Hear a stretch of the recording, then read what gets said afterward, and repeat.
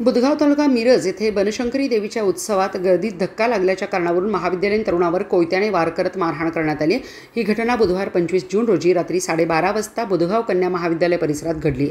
विश्वजित सुनील बिराजदार वय वर्ष 17 राहणार श्रीरामनगर बुधगाव असे जखमीचे नाव आहे। या प्रकरणी अभिषेक जयसिंग राजपूत वय वर्ष 21 दोघे राहणार बुधगाव यांच्यासह त्याचा भाऊ आणि मित्र अशा 2 अल्पवयीनावर सांगली ग्रामीण पोलिसात गुन्हा दाखल करण्यात आला आहे। बुधगाव येथे बनशंकरी देवीचा उत्सव होता। या निमित्ताने बुधवारी रात्री मिरवणूक काढण्यात आली।